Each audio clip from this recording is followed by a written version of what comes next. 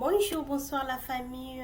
Merci. Je suis vraiment très heureuse de savoir que vous êtes nombreux en train de me regarder. Nous voici encore dans un nouveau mois, le mois de septembre. Aujourd'hui, c'est le 1er septembre. C'est pourquoi ma prière est ainsi. Que l'Éternel Dieu de l'univers, que la main de l'Éternel soit avec vous pour ces derniers temps.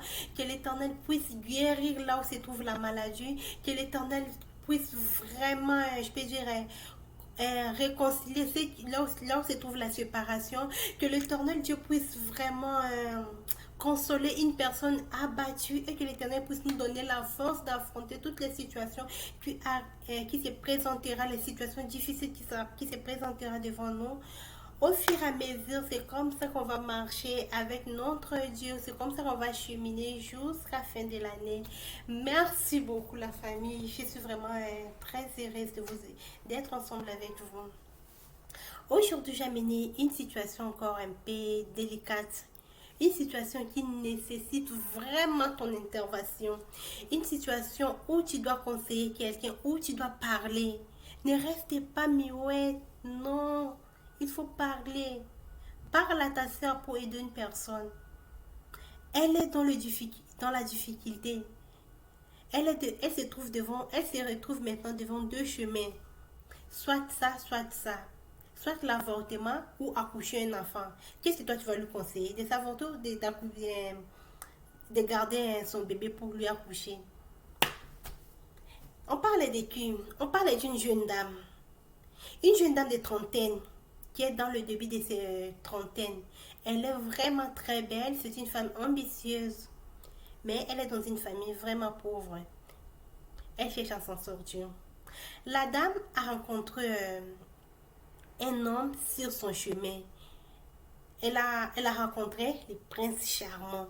Comme vous savez tous, à l'âge de trentaine, il n'y a pas une femme qui aime faire vraiment qui aime vraiment, je peux dire, jouer avec son corps à l'âge de trentaine. Toute femme vise à faire du sérieux avec les gars, avec un homme. Toute femme vise vraiment à faire son foyer. Et surtout, la dame n'a pas encore un enfant. La dame a rencontré son prince charmant. Ils étaient ensemble. Ils vivaient ensemble. C'est pourquoi je vais ouvrir une petite parenthèse. Chère dame, chère femme, nous sommes vraiment très belles, nous sommes vraiment de fleurs, sur le point que si on se garde jusqu'à n'importe quel âge, nous resterons toujours belles. Mieux vaut d'avoir ton garde tard, de vivre heureuse jusqu'à la fin pour le restant de ta vie, que de presser, de te sous-estimer toi-même, de sortir avec n'importe qui, de sortir avec un gars où tu vas te divorcer après. Ok? C'est juste une petite parenthèse. Il faut jamais désespérer. D'accord. La dame reste avec les gars. Ils étaient ensemble. Jusqu'à un moment, les gars ont voyagé. Lorsqu'il a voyagé, la dame s'est retrouvée enceinte. Au retour du gars, la dame avait déjà la dame avait caché parce qu'il savait comment ils étaient ensemble avec son gars. De quelle manière il s'aimait avec son gars. En 5 mois de grossesse, le monsieur est en retour. En retour du voyage, la dame l'a annoncé. Elle venait avec la sourire pour lui annoncer: Monsieur, je suis enceinte. On attend un bébé. Directement, le message change l'heure. Tu attends un bébé? Oui. Un bébé de qui? C'est pour toi. Le message dit: mais pourquoi tu ne m'as pas dit prévenir avant de tomber enceinte? Est-ce que moi et toi on s'est entendu qu'on puisse tomber enceinte et tu puisses tomber enceinte? Non. Mais pourquoi tu refuses?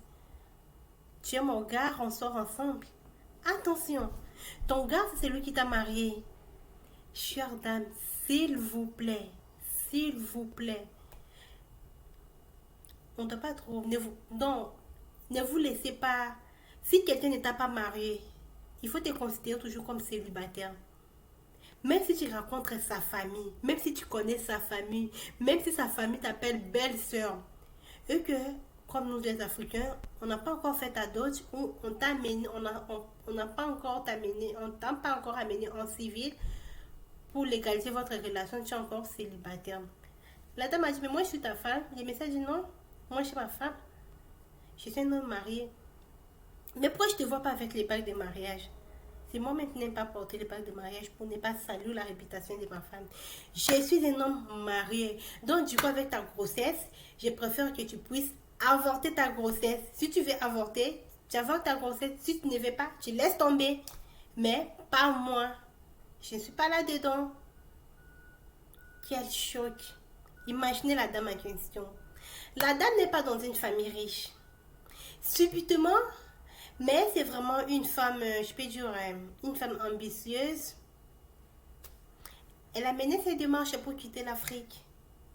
Subitement, on l'a appelée pour lui dire que tu as eu ton visa, mais tu as eu ton visa, mais tu dois passer dans quelques semaines, tu dois passer pour faire les contrôles sanitaires avant d'avoir l'accès au voyage. La condition qui est, tu dois être normal, à bonne santé et surtout pas en grossesse. Maintenant, la femme se retrouve entre deux chemins.